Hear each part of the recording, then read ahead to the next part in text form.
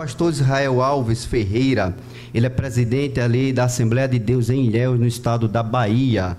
Também ele é autor da casa e o mesmo é vice-presidente do Conselho Fiscal da CGADB, não é isso? O pastor é formado em bacharel em Economia, especializado em Neuropsicologia e Psicanálise Clínica.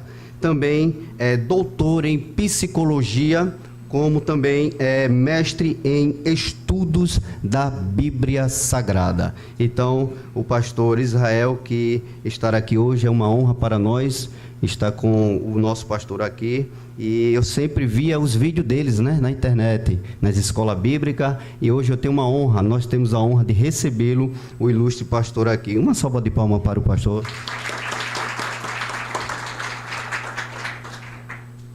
Pronto. Pastor pode tomar assento, fica à vontade, e com o pastor ele pode já dar início à palestra, fica à vontade, meu pastor. A paz do Senhor, bom dia para todos. Obrigado aqui pela recepção em nossa casa explicadora, que nós fazemos parte dela. Eu sou escritor da casa e também sou vice-presidente do Conselho Fiscal da Casa Explicadora, que também é da Convenção da Assembleia de Deus no Brasil. E é um prazer estar com os irmãos, tratar um assunto importantíssimo. Esse livro já tem um tempo de escrito. Eu sou pastor há mais de 40 anos, pastor presidente de igrejas. Sou pastor da igreja da capital, creio que tem 80 mil membros. E nessa caminhada pastoral, fui percebendo os desafios que um pastor enfrenta. Eu, quando comecei minha vida profissional, sou economista, fui auditor fiscal do Estado por um tempo, depois já me chamou para a obra. E quando eu comecei a ser pastor, eu fui pastor numa cidade do interior e outra cidade, fui para Ilhéus naquela época. Eu comecei a sentir o desafio de atender pessoas. No aconselhamento, eu sempre via gente com muitas dificuldades que eu não conseguia compreender. E quando eu comecei a estudar psicologia nessa área, eu comecei a pensar em melhorar meu ministério no atendimento. Eu tenho até um vídeo na TV CPAD sobre aconselhamento pastoral. Tem 280 vídeos ali na TV CPAD, que é o canal do YouTube da nossa Casa Explicadora. E eu tenho lá vídeos de todas as áreas, de doenças mentais, questão de família, crianças. Então tem vários vídeos ali. Você pode... Essa semana o tema é o casal se separa, faz o que agora com os filhos, né? Então estou trazendo temas diversos sobre a família, está lá. Então comecei a estudar, fiz psicanálise, depois eu fiz um curso de neuropsicologia, depois eu fiz psicologia bem recente já. Fiz psicologia, já tinha mais de 50 anos de idade, quando eu fiz psicologia. E depois eu fui fazer um doutorado, eu estou terminando, já estou com a tese pronta, vou apresentar a tese nos próximos meses. E hoje eu gostaria de falar um pouquinho sobre esse livro, mas trazer alguns dados aqui. Já pode passar aí?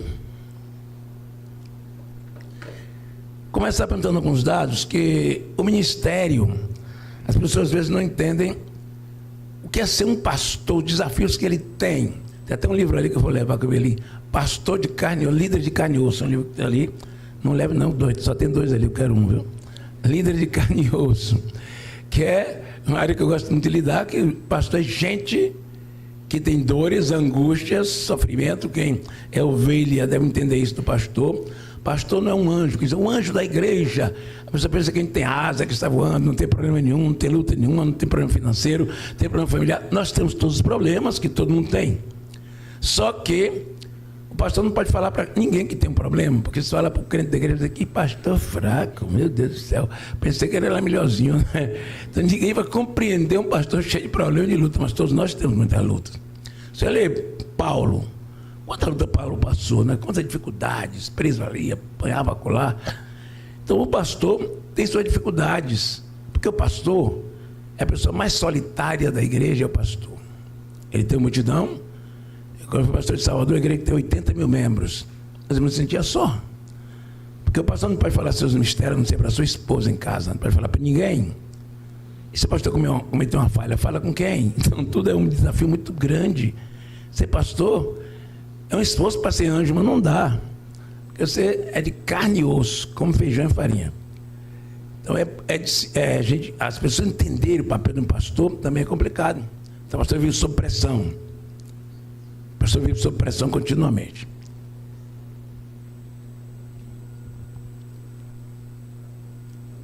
Alô? Eu falo algumas coisas aqui, depois a gente pode conversar. Nós temos o nosso irmão ali, que é psicólogo também, que é pastor, Linaldo.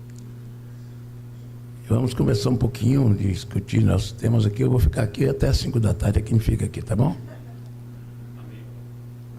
Tá passando não? Falhou. Então, falando. Olha, irmãos, esse livro tem uns anos que eu escrevi. Eu já escrevi 13 livros, mas na Casa do Pecador só estão 2. Igreja e Lugar de Soluções, o livro que eu escrevi mais antigo, e esse aqui já tem algum tempo que eu escrevi. Esse livro tem sido muito abençoado. Vou em vários lugares do Brasil, dos Estados Unidos, está lá também. E as pessoas começam a falar, rapaz, aquele livro me abençoou muito, colega. Então é um livro que vai falar das fragilidades do pastor, da luta do pastor no ministério, das emoções, das patologias da liderança. Demonstrando para passar. Aqui eu estou trazendo alguns dados para mostrar a pesquisa The State of Pastors. Os dados do pastor traduzido para o português mostra aqui. Pode ler quem está conseguindo ver aqui, ler aqui, percentual.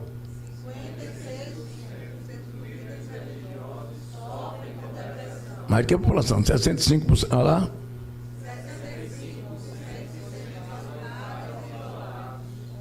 Além disso,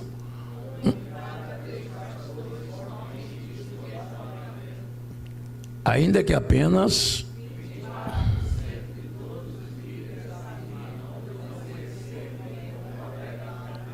por burnout. 3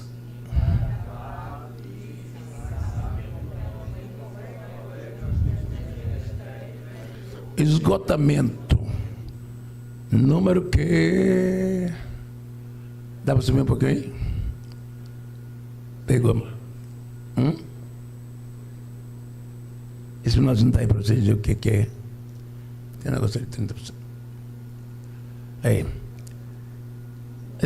Número que chega a 76% terminou devido ao esgotamento. Esgotamento físico, mental. Que número, os casos, por exemplo, de síndrome de burnout, que é esse esgotamento profissional ou laboral de qualquer líder, né? Inclusive o pastor. Pode passar. São dados para você mostrar a situação que os pastores enfrentam no mundo hoje. Vamos lá, 50%. 56%. Nos grandes templos.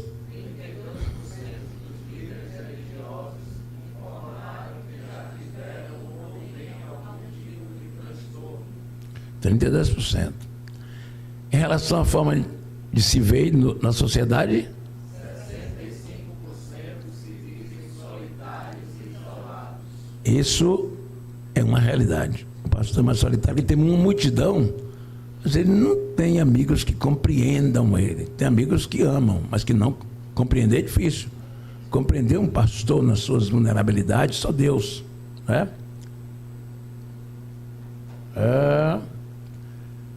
Revela sinais alarmantes. Aí já é outro instrumento de pesquisa, Schaeffer. Revela sinais alarmantes com respeito à saúde dos ministros de denominações evangélicas nos Estados Unidos. Aqui é uma pesquisa dos Estados Unidos. Dentro dos pastores entrevistados, aqui é outra entrevista, outra pesquisa. Pode ler aqui. 75%.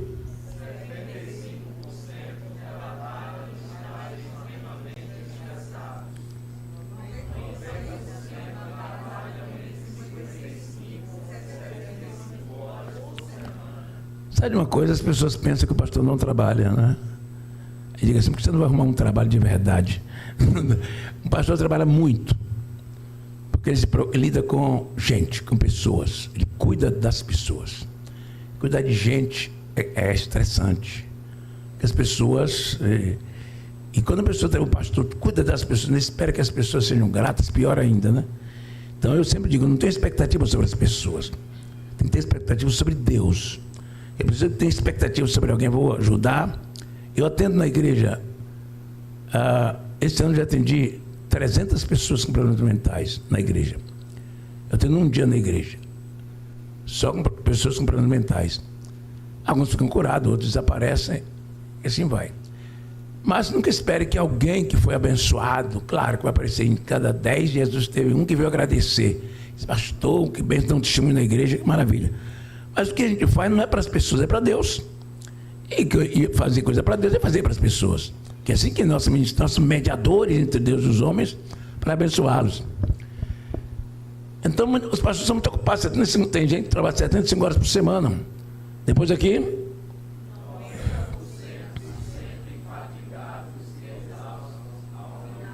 Isso é verdade. A maioria dos pastores estão cansados. Alguns não tiram férias nem folga. E esse é o estilo mais antigo de ser pastor, era trabalhar o tempo todo e morrer trabalhando. Nada de tirar folga, férias, uns feriados, nada. Feriado faz evento, e domingo, e segunda e terça, e feriado. É todo dia, fim de semana, que o pastor trabalha mais, né? Quando os outros tiram descanso, o pastor está trabalhando. 70%.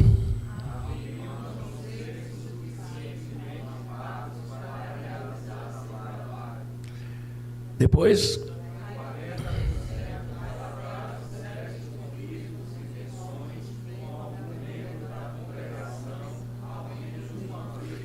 é isso, qualquer um que lidera pessoas vai ter problema com pessoas. Mesma pessoa que diz, bendito que vem em nome do Senhor, depois vai dizer, crucificam, né? Aquele que diz, bendito que vem em nome do Senhor, glória a Deus, sempre num pastor novo. Daqui um mês está dizendo, crucifica. Faz parte, né? Aqui tem umas causas de transtornos mentais entre pastores. Número 1, é isso que fala de trabalhar muito. Pastores ativistas, não é ativistas do reino, mas ativistas em termos de atividades demasiadas.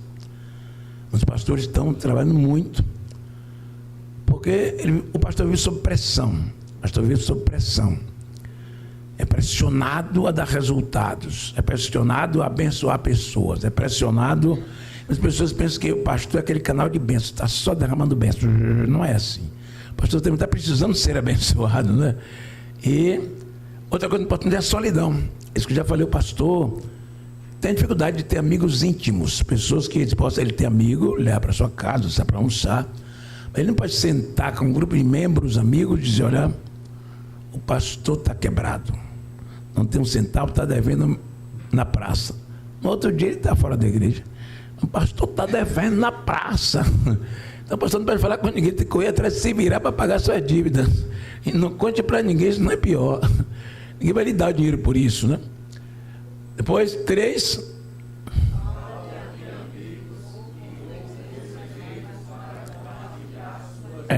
Tem uma pesquisa na universidade francesa que diz que um homem, ser humano, precisa ter pelo menos 4 amigos para ter uma saúde mental razoável. 4 amigos.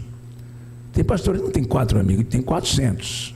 E a pessoa pensa que amigo da rede social. Se eu tenho 10 mil seguidores no YouTube, ou 10 mil seguidores no Instagram, não é nenhum amigo, é só seguidor. Não confunda amigo com seguidor.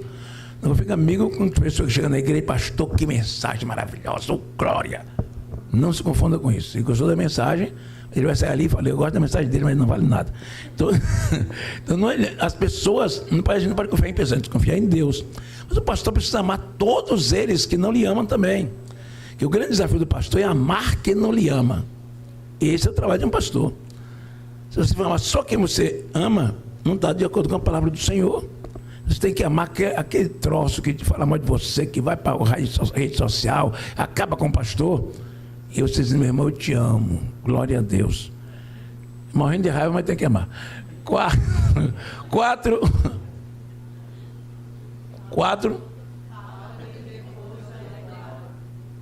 Falta de repouso. Um dia uma pessoa me ligou para mim de madrugada. E eu falei, irmão, pastor, você está orando, não estou dormindo, irmão. Isso é hora de pastor estar de joelho, meu irmão. Ore por mim aí que eu estou com problema. Quer dizer, pastor não é gente, né? Pastor é um instrumento de abençoar as pessoas. Isto é Precisa a gente rever isso. No dia quando meu pai morreu, eu era pastor em Ilhéus na primeira vez. Eu fui pastor lá, estou 2 vezes pastor de Ilhéus, no Bahia. Quando meu pai morreu, eu estava no culto. Eu, às vezes, ia para a porta da igreja falar com os irmãos, eu estava no culto, bastante triste. E aí um irmão veio me dizer: pastor, cadê o senhor lá na porta? Cadê o seu sorriso? Porque o senhor não está falando com a gente? Irmã, meu pai morreu. Eu disse: não, meu pastor não tem negócio de pai, de mãe, não. Pastor tem a igreja, é ovelha. Eu falei: pronto, pastor é um computador, é um robô abençoador. 5, pressão da instituição. Outro dado, da instituição. Nós estamos ligados a instituições, como convenções, como órgãos de representação, e também somos pressionados. Somos pressionados pela igreja, 6 10 câmaras da igreja, nós somos pressionados pela igreja a dar resultados. E a ser bênção, e a orar e Jesus fazer milagres. Todo mundo está cobrando de nós. Mas somos cobrados também as instituições que nós somos filiados para fazer isso, para fazer aquilo, para seguir estatutos, seguir regras, seguir éticas e tudo mais. E vem, em 7º lugar, as bênçãos, que são as oposições. Os opositores estão dentro da igreja, e é muito complicado quando você abençoa uma pessoa, chama para trabalhar com você, e leva para sua casa, e de repente você está abençoando aquela pessoa, e a pessoa se torna oposição e começa a destruir a vida do pastor. São coisas que o pastor enfrenta. Pode passar aí, por favor. Algumas patologias são muito próprias de liderança, não é?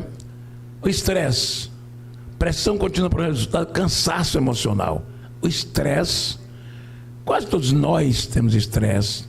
E o estresse é adoecedor em várias áreas, não é? Então, quando você tem estresse, ele vai liberar, tem um cortisol, esse cortisol, a gente diz, cortisol do estresse, não. O cortisol é um hormônio produzido pelo nosso corpo, pelas glândulas suprarrenais, que ele traz equilíbrio para o nosso corpo. Mas quando ele tem excesso, que é o caso do estresse, ele vai adoecer você. Na Bíblia tem um texto que fala muito interessante. Davi diz no Salmo 32, ele diz que enquanto não confessei meu pecado, meus ossos se quebraram, se secaram. Mas como é isso que é isso? Davi está falando de algo científico, e hoje a ciência prova que uma pessoa que tem liberação demasiada de cortisol vai ter dor nos ossos, dor no corpo. E Davi disse: meus ossos se secaram, ou seja, os ossos ficaram tão doendo, porque liberou cortisol. O cortisol foi lá e provocou um problema sério nos ossos de Davi. Então nós vamos observar que Davi teve sintoma de depressão. Tem 3 pessoas na Bíblia que teve sintoma de depressão, e cada um por causa diferente. Por que nós adoecemos? Porque nós temos patologias. Aí você vai ver que a patologia de Davi era por causa do pecado. Ele pecou, e aquilo entrou numa pressão muito grande, de cobranças espirituais na vida dele, cobranças da sua consciência. E Davi, ele fala no Salmo 32 e 38, Davi fala sobre as dores de corpo dele, as angústias. Enquanto ele não confessou o pecado, os ossos se secaram. Depois ele confessou. Mas tem outro caso que é o de Jó. O capítulo 3 de Jó mostra que Jó teve perdas significativas. Foi a causa da depressão de Jó. Jó teve perdas terríveis. Perdeu a família, perdeu tudo. E Jó começou a amaldiçoar o dia que ele nasceu. Se você ler o capítulo 3 de Jó, vai ver sintomas de depressão em Jó, ele se lamentando porque estava vivo. A vida de Jó estava em frangalhos. E ele teve, mas a causa dele já foi as perdas. Já tem Elias teve sintomas de depressão. Elias teve depressão. Não pode dizer que foi um momento de angústia, que ele teve sintomas de depressão. Mas Elias é por causa do medo. Elias estava com tanto medo de Jezabel, fugiu, se isolou, quis morrer. Então, esses sintomas que uma pessoa de depressão. E ali foi a causa dele, foi o medo. Ele estava com medo da morte, da ação da Jezabel. Então, nós todos podemos chegar a isso, dependendo das causas. Não é só o pecado, tem várias causas para a pessoa ter depressão, ter estresse. Isso, a pessoa se sente desmotivada, improdutiva, quando a pessoa está estressada no ministério, no cargo, na função, em algum emprego que a pessoa tenha. E tem problema de imunidade. Porque quando a pessoa está com depressão, por exemplo, vai ter baixa imunidade e vai ter mais problemas de saúde física. Você está doente mentalmente, você tem baixa imunidade. E vem uma coisa que se chama em inglês workaholic, que é a pessoa que está viciada no trabalho, dia e noite sem parar. Porque tem pastor que trabalha muito, tá? Ele constrói, ele é maestro, ele é tudo. Então o estresse é uma coisa bem própria de gente que está fazendo muitas coisas desorganizadamente também, pode ter estresse. Ansiedade, nossa preocupação pelo futuro. Insegurança, medo. Nós temos um grau de ansiedade. Às vezes tem pastores que estão muito ansiosos, não dorme bem, está com insônia, está com inquietação, com perturbação, com medo do que vai acontecer no ministério, com medo dos resultados, tudo isso. Pode passar. Depressão. Depressão é... As pessoas às vezes dizem, como é que um pastor tem uma depressão? No ano 2020, antes da pandemia, teve um ano que eu contei, durante o ano, 12 pastores se suicidaram na imprensa, né? Eu contei vendo nas redes sociais. 12 pastores se suicidaram no Brasil. E pergunto, por que um pastor chega a um ponto desse? O pastor é gente, é de carne e osso. E as pressões são tantas. E, de repente, ele vê que não tem saída e pode cometer uma besteira. E isso é uma coisa que qualquer pessoa pode acontecer. É um ponto fatal, mas pode acontecer. Então, os pastores também podem ter depressão. Depressão não é causa do pecado. Depressão é causa, realmente, é uma questão química, é uma questão emocional, é uma questão de que está vivendo momentos de muitas tribulações, de muitas pressões, de muitas lutas e de muitas perdas também que a gente tem na vida, né? Tem muito pastor extremamente deprimido mesmo e vendo uma crise gigantesca de depressão. Pastores, que nós na Bíblia, o caso de Davi que nós citamos aqui, o caso de Jó e outras figuras da Bíblia que estiveram bastante tristes em momento difícil. Até Jesus teve tristeza. Ninguém pode dizer que Jesus teve ansiedade, estresse, depressão. Mas Jesus teve um momento que ele disse, minha alma está angustiada até a morte, até Jesus. Chegou a um ponto de uma angústia profunda, disse, minha alma está angustiada até a morte. Isso é muito sério. E aí, quando você tem depressão, aí você vai ter questões com neurotransmissores cerebrais, na serotonina, que é hormônios ou neurotransmissores da depressão, adrenalina, serotonina, coisas assim, dopamina, que perde o prazer, a alegria e tal. Então, esses neurotransmissores não têm alguma dificuldade, eles chamam-se química cerebral, e ele se isola, fica sozinho, não fala com ninguém. E qualquer líder pode chegar, qualquer pessoa pode ter depressão. Depressão não é algo do diabo, depressão é apenas doença mental. Nós somos espírito, alma e corpo. O corpo adoece de várias doenças físicas, a alma adoece com doenças mentais, doenças emocionais, e o espírito adoece espiritualmente, por exemplo, dúvida espiritual, possessão, obsessão, são coisas que podem ser demoníacas. Pode passar. Tem uma coisa que é muito comum se falar hoje, assim, burnout, que é algo que fala da pressão que você vive, de esgotamento total. Isso é uma coisa muito comum entre pastores. Tem um pastor amigo meu lá da Bahia que está escrevendo uma tese dele, de doutorado, sobre isso. Ele passou por isso.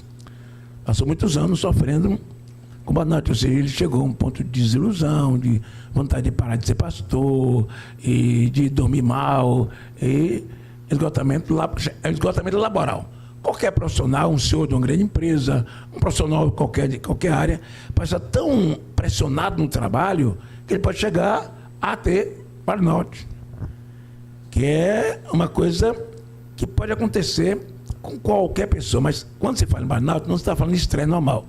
no estresse relacionado com o que você faz, com o laboral, aquilo que você labora, aquilo que você faz, você pode ter essa doença relacionada exatamente ao trabalho. Quando você chega a um ponto de desgaste, né? Tem um livro que eu li, que é O Homem que Confundiu o Trabalho pela Vida. Esse livro é maravilhoso. Está na internet, pode comprar. Vai mostrar que ele teve workaholic e chegou à depressão. Porque ele era viciado no trabalho, ele foi ficando estressado e passou a ter problemas de saúde mental a partir da relação dele com o trabalho. A relação que você tem com o trabalho tem que ser uma relação harmoniosa. Então, a pessoa começa a ter uma relação compulsiva no trabalho, uma relação de necessidade de cada vez fazer mais, de perfeccionismo, quero fazer melhor. Chega um momento que a pessoa não consegue chegar no nível que ele cobrou dele mesmo ou dos outros e ele vai adoecer. Então ele vai ter estresse do trabalho, sintoma de depressão, tem sintoma de depressão, sintoma de estresse, sintoma de ansiedade, desilusão, porque desiludidos eu fiz isso tanto tempo, ninguém reconheceu, ninguém me abraçou, ninguém cuidou de mim, aí ele chega no estado de desilusão. Mas ele pode chegar num grau de desistência. Existe pesquisa de pastores americanos, mas pastor desiste do ministério. No Brasil é mais raro, mas também muita gente desiste, não aguenta a pressão e sai, pede para sair. Então, oscilação do humor, isso faz parte dos sintomas da burnout. Oscilação do humor. O pastor às vezes fica em estado de tristeza, angústia, alegria, muita coisa, né? Distúrbio do sono. Uma coisa importantíssima, cada um de nós está aqui, é ter um sono reparador. Quando você não dorme, quando você dorme, você vai fixar melhor suas memórias daquilo que acontece durante o dia. Quando você dorme, você vai liberar serotonina a partir do seu intestino para o seu cérebro. Quando você dorme, você vai ter saúde em várias áreas. Quando você não dorme, você passa a ter problemas sérios de saúde em todas as áreas também. Então, o sono reparador é bom para a saúde, é um remédio para a saúde. Falta de concentração, a pessoa que está com um problema dessa ordem, ele vai ter dificuldade de se concentrar e prestar atenção em alguma coisa. Isso vai prejudicando sua cognição, seu sistema cognitivo. E o corpo adoece também, mas tem problema de saúde, por causa da imunidade e tudo mais, começa a ter problemas de saúde em diversas áreas, e isso é muito interessante. Então vamos falar algumas coisas aqui. Como você vencer suas patologias, se está doente, se está triste, ou mesmo que você não tenha, mas você está à beira de ficar, à beira de um ataque de nervo, né? É preciso, Paulo disse para Timóteo, tem que cuidar de ti mesmo e da doutrina. Cada pessoa precisa aprender a cuidar de si mesmo, da sua fé, da sua vida espiritual, das suas emoções, da sua mente. Paulo falou renovar pela transformação da sua mente, renovação pela transformação da sua mente. A mente precisa ser transformada para trabalhar para você. A gente está com a mente estressada, precisa melhorar. E ter que cuidar de ti mesmo é em todas as áreas, para ter que cuidar de ti mesmo, cuida de você. Então a gente espera que o médico cuide da gente. Cada um precisa cuidar de você mesmo. Cuidar de você é você cuidar de sua saúde física e emocional. Quantas pessoas que passam a vida toda nunca fez exercício físico, não faz uma caminhada? Precisa cuidar do seu corpo, da alimentação, come bobagem demais, depois adoece. Cuidar da sua alimentação, cuidar do seu ir e vir, cuidar de fazer exercício físico, essas coisas assim. Administrar melhor, 3, pode falar comigo? Administrar o tempo. Nós nem sempre conseguimos administrar bem o nosso tempo. Nosso dia tem 24 horas, né? Nosso dia tem 24 horas, nós precisamos aplicar isso corretamente, sabiamente, né? Eu disse uma pessoa falando, regra 8 por 8 por 8. 8 mais 8 mais 8. Então, 8 horas de trabalho, 8 horas de descanso. Mas em 8 horas tem 3F, 3A e 3S. F. 3 horas, nessas 8 horas eu preciso ter família, fé, felicidade. 3F. 3A, alimentação, atividade física e aprendizagem. E 3S, saúde, socialização e sabedoria. Vamos falar isso? 3F é família, felicidade e fé. Vamos lá? Família, felicidade e fé. Ficar um pouquinho com a família, cuidar da sua fé e não perder o humor. 3A, alimentação, atividade física e aprendizagem. Vamos lá? Aí fala, a alimentação tem que ser saudável, né?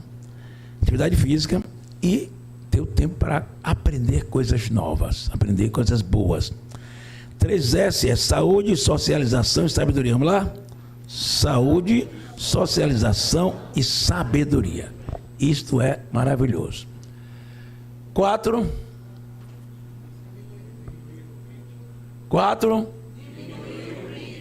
Gente que é ansioso, está trabalhando o tempo todo sem parar. Calma, respira fundo e vai devagar. Porque quem anda rápido demais, cansa rápido demais também. Quem quer fazer tudo ao mesmo tempo, não consegue fazer nada. É preciso diminuir o ritmo, botar no ritmo de equilíbrio. Né?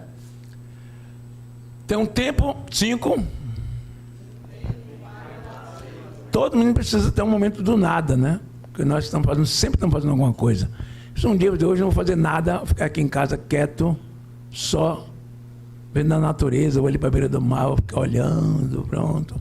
Um tempo do nada, de não fazer nada. Um tempo de você ter ócio produtivo. O ócio que vai levar você a produzir. Ócio produtivo. Quem é líder de servir tarefas? 7, cuidar. Se você é uma pessoa sanguínea, ou colérico, sei lá, agitado, encrenqueiro, briguento, natureza forte, não leva desaforo para casa, fala comigo, Wolf, eu vou fazer. Isso não ajuda em nada. Né? Tem que equilibrar. Tem até um livro de Tim LaHaye de muito tempo atrás. Alguém já leu isso? Temperamentos controlados pelo Espírito. Quem já leu? Ele fala sobre isso há um tempo que não se falava nesses assuntos. Lá no passado, Tim LaHaye, escritor cristão abençoado, que escreveu vários livros, e ele escreveu um livro, Temperamento Controlado pelo Espírito. Eu li aquele livro, eu era jovem, bem jovem. E aí comecei a pensar seriamente sobre aquilo lá. Cada um precisa ter um controle espiritual sobre a sua vida, controle, aquilo que Paulo fala de domínio próprio. Domínio próprio é equilíbrio emocional. Então, ter cuidado com o seu temperamento, ter cuidado do seu equilíbrio emocional. Cuidar da sua vida emocional, de evitar conflitos, estar à flor da pele. Se disser, leva. Eu não levo desaforo para casa. Não leva desaforo mesmo, não deixa lá, não precisa brigar também com ninguém, né? Você leva nem desaforo para casa, nem brigar com ninguém. Tem gente que está sempre com os nervos à flor da pele. Daqui para ali tem uma cadeirada aí, né? Brincou, cadeirada nele. A cadeirada ficou forte no Brasil hoje, né? A gente está com nervoso, com nervo à flor da pele, qualquer coisa, cadeirada nele. Guarda a cadeira, por favor. Guarda todas as cadeiras da sala para evitar a cadeirada no irmão. Mas tem gente que está dando cadeirada na mulher, nos filhos, todo mundo está na cadeirada. Cadeirada é emoção. Talvez não bateu a cadeira, mas disse coisa, desaforo, e ficou nervoso e brigou. Calma. Se você está ouvindo um desaforo, cala. A resposta, a palavra dita seu tempo com boa é. Tem que estar, a gente tem que estar pregando no culto, a pessoa diz uma coisa, né? Essa semana eu vi um líder de uma denominação, ele começou, alguém reclamar lá, ele pegou o microfone e jogou no chão. Meu Deus do céu. E ali de uma denominação grande no país. Cadê a nossa calma? Cadê, não é? Lançando sobre ele toda a vossa ansiedade, ele tem que cuidar de vós. tem ansiedade, lança toda a sua ansiedade aos pés dele e dá glória. Respira fundo, diz amém. Venci mais essa vontade de dar um tapa em alguém. Ele está com vontade de fazer uma coisa. Respira fundo. Isso. Mais um tapa que eu não dei. Mais uma palavra que eu não disse. Mais uma resposta que eu não dei. Isso é muito legal para a vida. Quem vem à beira de um ataque de novo, tenta ter alguém. Se souber que você, no trabalho, você é muito nervoso, aí começa a botar apelido em você. E cadê você? Não. Fique calmo. Canta um louvorzinho. O marido está bravo, dizendo um cara de coisa. A mulher fica quieto, ó. Fica orando baixinho. Guarda marido, Jesus, guarda minha esposa. Tem misericórdia. Porque se brincar, vai pegar os dois, estão brigando. Tem gente brigando, aí marido e mulher, tudo. Então, o mundo está muito tenso. O mundo está muito perigoso de viver. Nós vamos ter sabedoria para viver. Sabedoria para lidar com a oposição. Sabedoria para lidar com quem não nos ama. E amar quem nos persegue. A Bíblia diz que Jesus ama os teus inimigos e ama quem te persegue. Orar por quem te persegue. Persegue, ama. Perdoa por antecipação.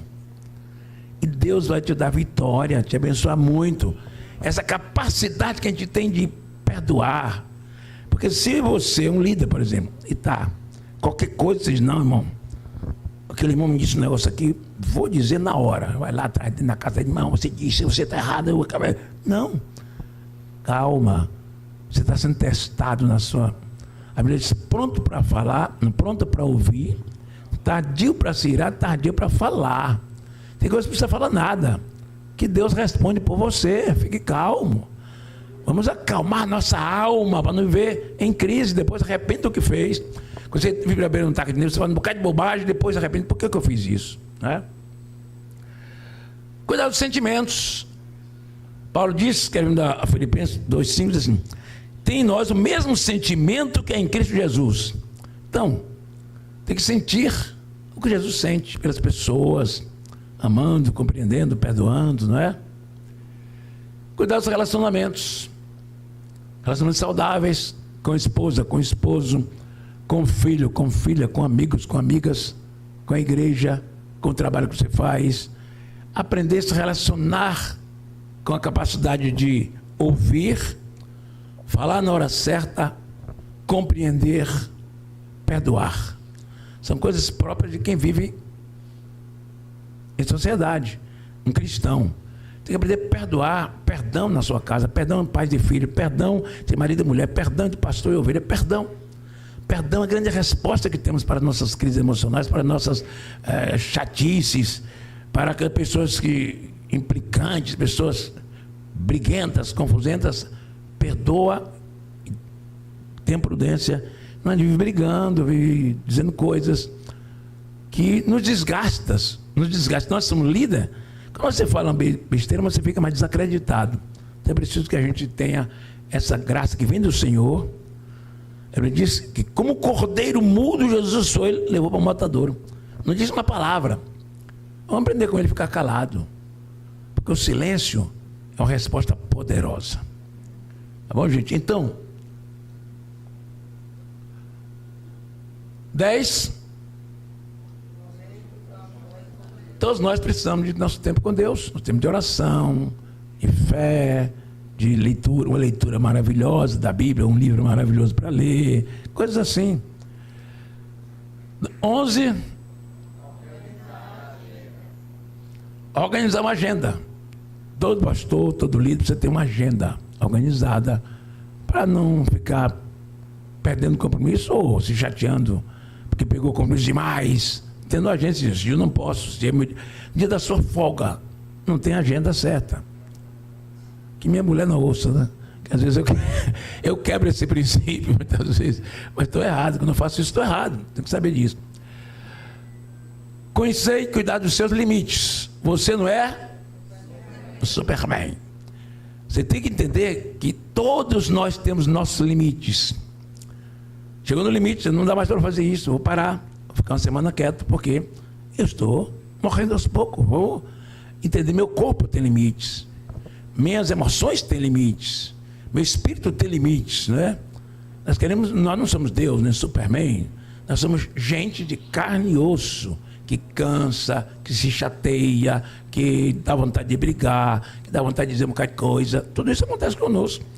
E é preciso saber esse ponto de equilíbrio, esse domínio próprio aí, também para os seus limites. Nós não somos donos de todas as verdades, nem temos todos os poderes, nem fazemos o que nós queremos. Nós fazemos, ou devemos fazer, o que Deus quer para nossas vidas. E o último aqui é organizar metas a curto e longo prazo. Todos nós que estamos aqui, nos organizamos nossa vida, o que é que queremos para nossas vidas? Porque muita gente está naquela música daquele cantor mudante, deixa a vida me levar. Ele não tem nenhum propósito assim, eu quero chegar em tal ponto da minha vida, eu quero chegar lá e vou meta por meta. E quando nós não temos meta, nós fazemos coisas aleatórias. E um líder nunca deve fazer coisas aleatórias só, tem que fazer coisas com propósito, com propósito. E o propósito é onde eu quero chegar. Então tem que ter uma meta final que é chegar no céu. Aí não é para o céu agora, eu não vou morrer, agora sou obrigado a morrer para o céu, não. Você vai ter as metas de como viver nessa vida abençoado e feliz. Bom, eu vou ter um momento para ficar só com minha família, vou ter um momento para ficar só com Deus, vou ter um momento de ler a Bíblia, um momento de ler um bom livro. Eu vou organizar minha vida com metas. Por exemplo, eu quero ler a Bíblia todo um ano, então uma meta. Eu quero ler esse livro aqui, vou ler esse livro todo, em um mês, é uma meta. Eu vou evangelizar um lugar, não vou agora fazer todo dia, todo mês. Não, organizar a sua vida, ter metas boas, agradáveis, dizer assim, olha, um dia por semana eu vou desligar tudo e ficar quieto, desligar o celular, tudo, porque o celular é o grande problema da nossa vida. É o que mais nos estressa hoje, ó, esse bichinho aqui, bichinho perigoso. Então tem que desligar e ficar com a mulher, com os filhos, bater papo, brincar. Quem é casado, namorar, faz parte, né? Nós também é filho de Deus. Então, organizar metas de curto e longo prazo. Então, gente, o que eu quero dizer a você, que nós podemos ser melhor do que somos. Podemos viver melhor do que vivemos. Podemos alcançar coisas melhores do que já alcançamos. Nós podemos ir muito mais longe do que já fomos. Só é você começar, eu e você, a organizar melhor nossas vidas, organizar melhor nossos relacionamentos com Deus e com as pessoas, organizar melhor a maneira que nós lidamos com nós mesmos, conhece-te a ti mesmo, dizia Sócrates, conhecer melhor você, ter autoconhecimento, inteligência emocional, inteligência espiritual, para saber o meu limite, o que eu devo fazer, e pensar nos meus sonhos. Todos nós, a Bíblia diz que os velhos terão sonhos. Então eu já estou velho, mas eu tenho sonhos. Todos nós precisamos ter sonhos de que eu posso melhorar nessa e naquela área, eu posso abençoar alguém naquela área. Então eu preciso viver pensando de forma espiritual positiva e lidar com as minhas emoções com prudência, não dando lugar, ficar cheio de ódio, de ira, de ressentimento, de amargura. Eu me vingo, um dia dou resposta, um dia eu acabo com ele. Isso é coisa do cão. Nós somos filhos de Deus. Filho de Deus pensa assim, olha, me feriu, mas eu já perdoei. Quando ele ferir, não precisa nem ele. Se ele me pedir perdão, perdoa, não precisa não. Perdão é automático. Já perdoei você, acabou, né? Eu chego todo dia, chego no fim do ano, eu perdoo os irmãos coletivamente. Eu digo, meus irmãos, olha, os irmãos que falaram mal de mim estão perdoados. Os que me caluniaram estão perdoados. Os que falaram mal de minha família também estão perdoados. E eu perdoo logo tudo, porque, ó, você pode tomar sua ceia, não precisa pedir perdão mais não. Você já está perdoado. Vai em paz e não peques mais. Por que eu vou ficar brigando com ninguém? Eu vou acabar meus dias, minha alegria de estar com minha esposa, com meus filhos, vai ficar me acabando com gente ruim? Não. Vou gastar minha raiva de jeito nenhum. Vou deixar a raiva uma coisa bem necessária. Então, ficar gastando minha ira, ficar... Porque o irmão falou de mim. Não, por mim ele falou, porque o problema é dele, não é meu. Se ele está falando de uma coisa que eu não fiz, o problema é dele. Se ele me caluniou, o problema é dele, não é meu problema. O irmão me caluniou, estou irado, eu acabo com ele, eu vou para excluir ele da igreja, não faço nada disso. Se uma pessoa caluniar outro irmão, eu vou chamar, me caluniar, é o problema dele. Não, eu não me defendo nesse aspecto. Porque quem defende o servo dele é o Senhor. Quem me defende é o Senhor. Gente, Deus abençoe, um grande abraço para vocês.